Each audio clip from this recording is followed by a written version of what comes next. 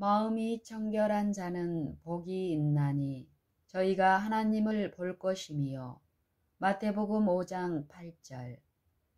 유대인들은 의식상 청결에 대해 지나치게 엄격하였기 때문에 규칙들이 대단히 번거로운 면을 가지고 있었다. 그들의 마음은 규칙과 제약과 외관상으로 드러나는 불결에 대한 두려움에 사로잡힌 나머지 이기심과 악의에 의해 심령에 얼룩지는 오점을 깨닫지 못하였다. 예수님은 이 의식상 청결이 당신의 나라에 들어가는 조건 중 하나라고 말씀하지 않으신다. 그러나 마음의 청결은 필요하다고 지적하신다. 위로부터 난 지혜는 첫째 성결하다. 야고보서 3장 17절. 더러운 것은 아무것도 하나님의 성에 들어가지 못할 것이다.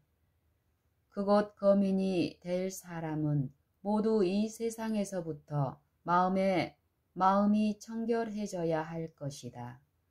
예수님에 대해 배우고 있는 사람에게는 부주의한 행동과 무례한 말과 조잡한 생각을 멀리하는 경향이 차츰 나타나게 될 것이다. 그리스도께서 사람의 마음 가운데 거하시면 말과 생각과 행동이 순결하고 고상하게 될 것이다. 그러나 마음이 청결한 자는 복이 있나니 라고 하신 예수님의 말씀에는 더욱 깊은 의미가 있다. 그것은 다만 한간에서 이해하는 의미의 순결, 다시 말해 감각적인 것에서 벗어나고 유욕에 더러워지지 않는 것만이 아니라 마음의 은밀한 목적과 동기가 진실하며 교만과 자아 본의에서 벗어나 겸손하고 사심이 없고 어린애같이 되는 것을 의미한다. 성질이 같아야만 서로 이해할 수 있다. 만일 하나님의 품성의 원칙이 되는 자아 희생적 사랑의 원칙을 생애에 받아들이지 아니하면 그대는 하나님을 알 수 없다.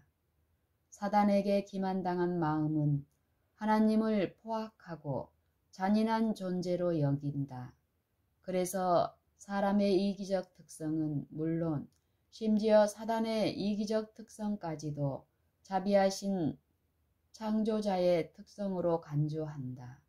그분께서는 내가 나를 너와 같은 줄로 생각하였도다 고 말씀하신다. 시편 50편 21절. 하나님의 섭리가 전체적이고 징벌적인 성질을 나타내는 것으로 이해되고 있다. 그분의 충만한 은혜의 보고인 성경 역시 그렇게 이해되고 있다. 이 때문에 하늘처럼 높으며 영원에 이르게 하는 성경상 진리들의 영광을 분별하지 못하고 있는 것이다. 많은 사람에게 그리스도가 마른 땅에서 나온 줄기로 비치고 있다. 그들은 그분을 흠모할 만한 아름다운 것이 없는 분으로 생각한다. 이사야 53장 2절.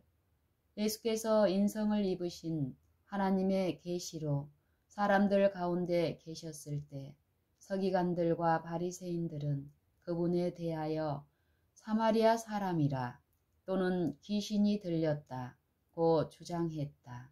요한복음 8장 48절. 그분의 제자들까지도 그들의 마음 속에 있는 이기심 때문에 완전히 눈이 어두워져서 아버지의 사랑을 그들에게 나타내기 위하여 오신 그분을 좀처럼 이해하지 못하였다. 예수께서 사람들 사이에서 고독하게 다니실 수밖에 없었던 것은 바로 이러한 이유 때문이었다. 그분이 완전히 이해될 수 있었던 것은 오직 하늘뿐이었다. 그리스도께서 영광 중에 오실 때 악한 자들은 그분을 바로 쳐다볼 수 없을 것이다. 그분의 임재의 빛은 그분을 사랑하는 자들에게는 생명이 되지만 불결한 자들에게는 죽음이 된다. 그분의 재림을 기다리는 것이 그들에게는 오직 무서운 마음으로 심판을 기다리는 것이 된다. 히브리서 10장 27절. 그분께서 나타나실 때 그들은 그들을 구원하기 위하여 돌아가신 그분의 얼굴을 피하게 해달라고 간구하게 될 것이다. 그러나 성령이 거하심으로 정결하게 된 마음에는 모든 것이 바뀐다. 그런 마음은 하나님을 알 수 있다. 모세는 여호와의 영광이 그에게 나타났을 때 바위 틈에 숨을 수밖에 없었다. 우리가 하나님의 사랑을 보는 때는 그리스도 안에 숨겨져 나타나지 않을 때이다. 마음의 정결을 사모하는 자의 입술에는 덕이 있으므로 임금이 그의 친구가 되느니라. 잠언 22장 11절. 우리는 지금 이 땅에서 믿음을 통해 왕이신 하나님을 바라본다. 매일의 경험 가운데서 그분의 섭리에 나타나는 선하심과 인자하심을 본다. 우리는 그분의 아들의 품성을 통하여 그분을 이해한다. 성령께서는 하나님과 또 그분이 보내신 분에 대한 진리를 잘 이해하고 마음에 받아들일 수 있도록 공개해 주신다.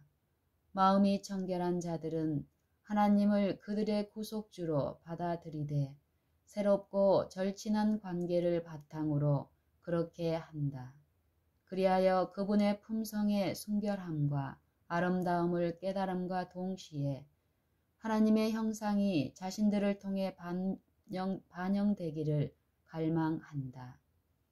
그들은 그분을 회개한 아들을 포옹하고자 원하는 아버지로 생각하기 때문에 마음이 늘 말할 수 없는 기쁨과 영광으로 가득 차 있다. 마음이 청결한 자는 하나님의 위대한 손으로 창조된 업적과 우주를 이루고 있는 아름다운 사물들을 통하여 창조주를 식별한다.